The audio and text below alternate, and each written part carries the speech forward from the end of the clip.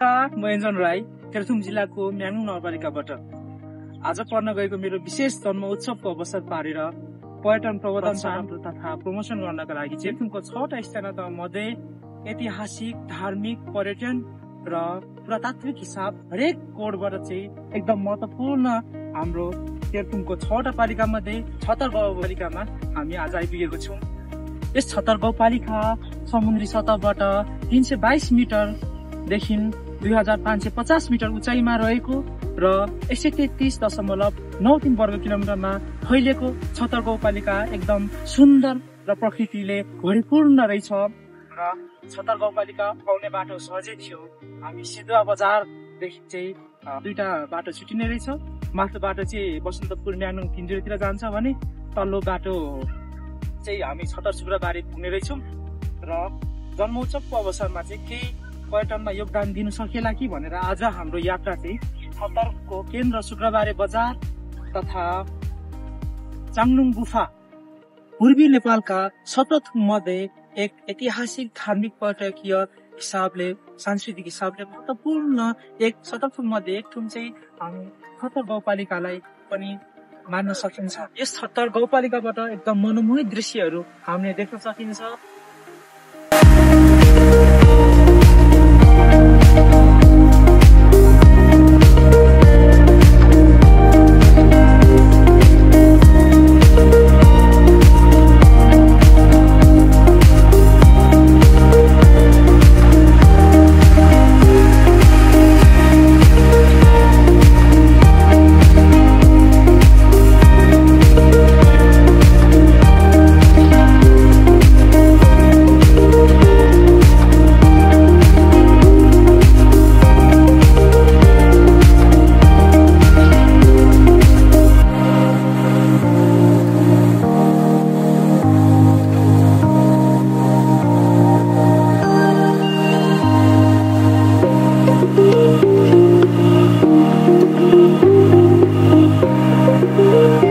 ओझेलमा रहेको छतर गाउँपालिकाको एक प्रमुख पर्यटकीय स्थल, पर्यटकीय मात्र नभएर धार्मिक तथा पुरातात्विक हिसाबले पनि एकदम महत्त्वपूर्ण स्थल हामी चाङलुङ गुफामा देख्न सक्छौं।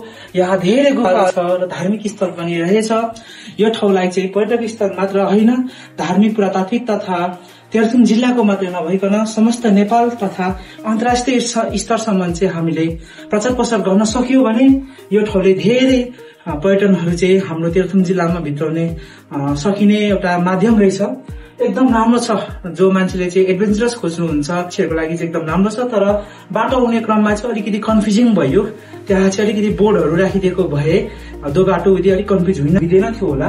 र गुफाभित्र पनि पहिले चाहिँ लाइट राखेको रहेछ, अहिले चाहिँ लाइट सायद बिग्रेको होला र यसलाई मर्मत सम्भार गरे चाहिँ अझै गुफामा सुनमा सुगन्ध आउने थियो र एकदम राम्रो छ। यो धार्मिक हिसाबले पनि राम्रो छ, पर्यटन हिसाबले पनि राम्रो छ, तर पुरातात्विक हिसाबले पनि धेरै राम्रो गुफा छ। मलाई एकदम धेरै राम्रो लाग्यो र हाम्रो तेह्रथुम जिल्लामा यति राम्रो गुफाहरू छ भनेर मैले परिकल्पना पनि गरेको थिइनँ, तर यहाँ आएर मलाई चाहिँ एकदम राम्रो लागेको छ। यो चाहिँ एकदम पर्यटक स्थल रहेछ र प्रकृतिले नै दिएको हामीलाई यस पर्यटकको सानो उपहार पनि रहेछ। सबैजना यस ठाउँमा आएर भ्रमण गरिदिनु होला। चाङलुङ गुफा चाहिँ पर्यटक हिसाबले मात्रै नभएर धार्मिक तथा सांस्कृतिक, पुरातात्विक हरेक हिसाबले चाहिँ महत्त्वपूर्ण गुफा रहेछ। भएको गुफा छ। यहाँभित्र चाहिँ बाघको मूर्ति पनि छ। सायद ऐतिहासिक कालमा चाहिँ यहाँ बाघहरू केही बस्थ्यो होला। एकदम राम्रो गुफा छ। हामी भर्खर आउन सक्नुहुन्छ।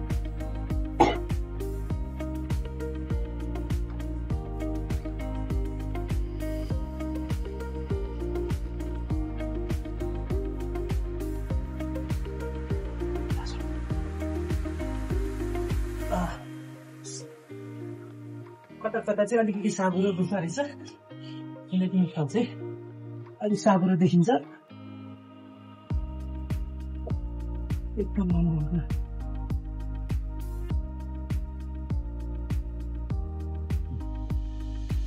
यहाँ हेर्नुहोस्, गुफाभित्र गान्धी स्तम्भ पनि छ। ल हामी दर्शन गरेर लाग्यो।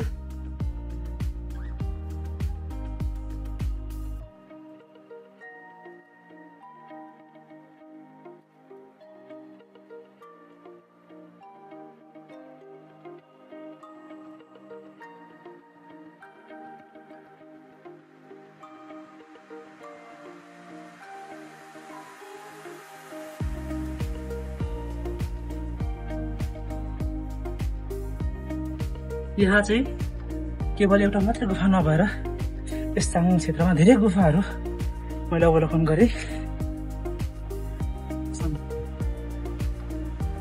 अब चाहिँ हामी चाङमुङ क्षेत्रको अर्को गुफा भ्रमण गर्न लागिरहेछौँ। आउनु होला। बाटो छेउछाउमा चाहिँ अलिकति अप्ठ्यारो पनि रहेछ।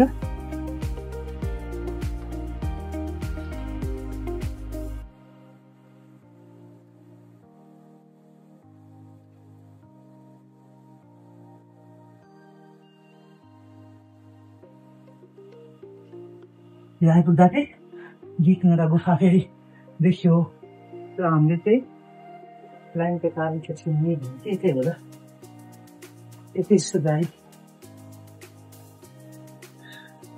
हेर्नुहोस् यहाँ चाहिँ रिथ रोड रहेछ। त्यहाँदेखि तल फेरि यो बाटो हामी जानु लागि रहेछ।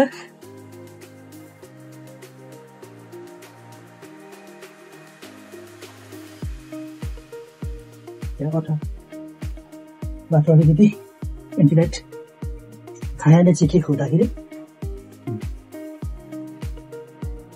अलिकति टर्निङ पनि रहेछ गुफाभित्र।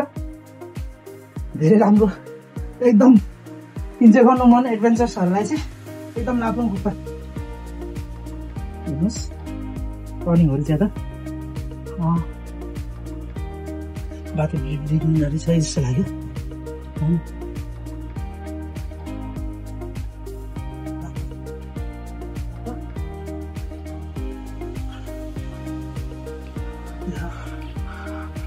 एकदम लामो बाटो है।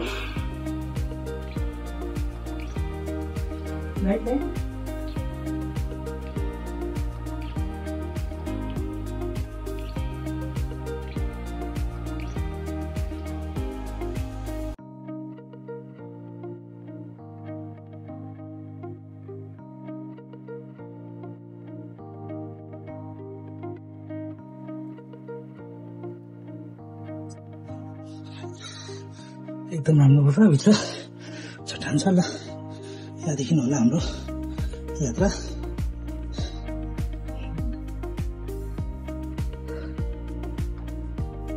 यहाँ रहेछ सिडी पनि मर्मत भएको रहेछ।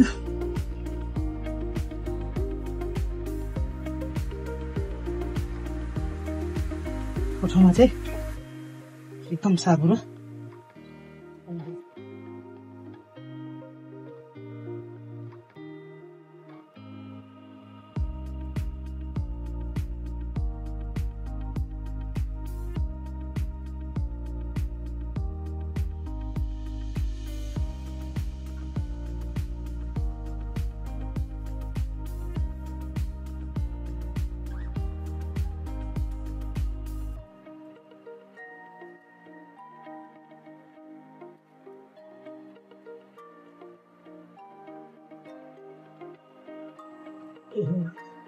चाहिँ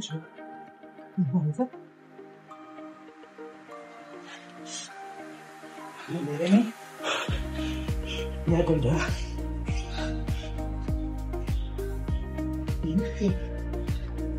हाल हामी गुफाभित्र नै छौँ।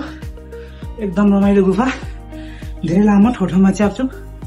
अलिकति बत्तीको चाहिँ समस्या रहेछ। तपाईँले पनि हेर्नु सक्नुहुन्छ गुफा धेरै ठुलो छ।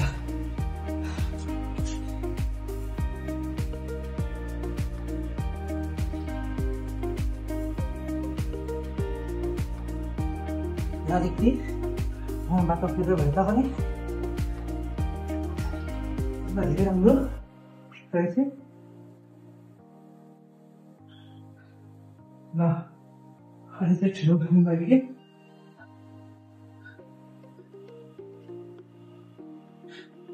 यहाँ गुफा रहेछ।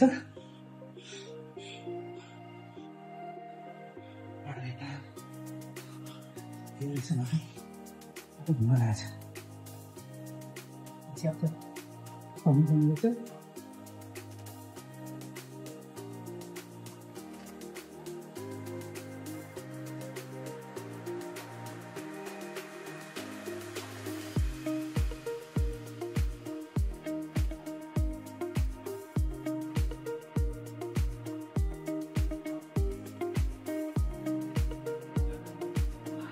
अहिले हामीहरू यात्रा पुरा गयौँ। गुफा सोच्यो भन्दा धेरै एडभेन्चरस छ।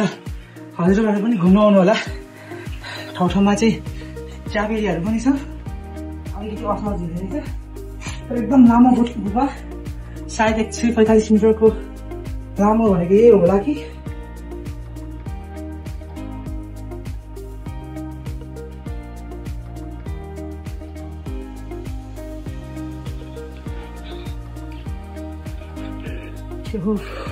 यताबाट यता हुने कि यताबाट उता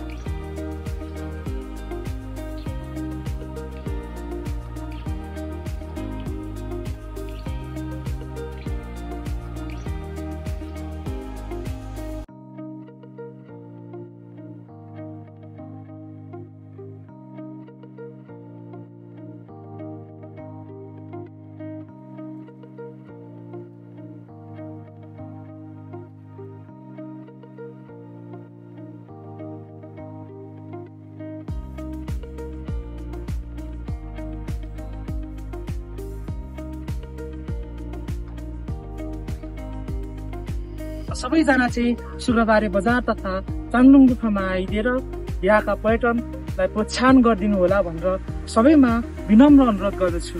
र आजको जन्मोत्सवमा केही भए पनि सानो भए पनि पर्यटनमा केही योगदान पुर्याउन सकिएला कि भनेर अवलोकन गरेका हौं हामीले।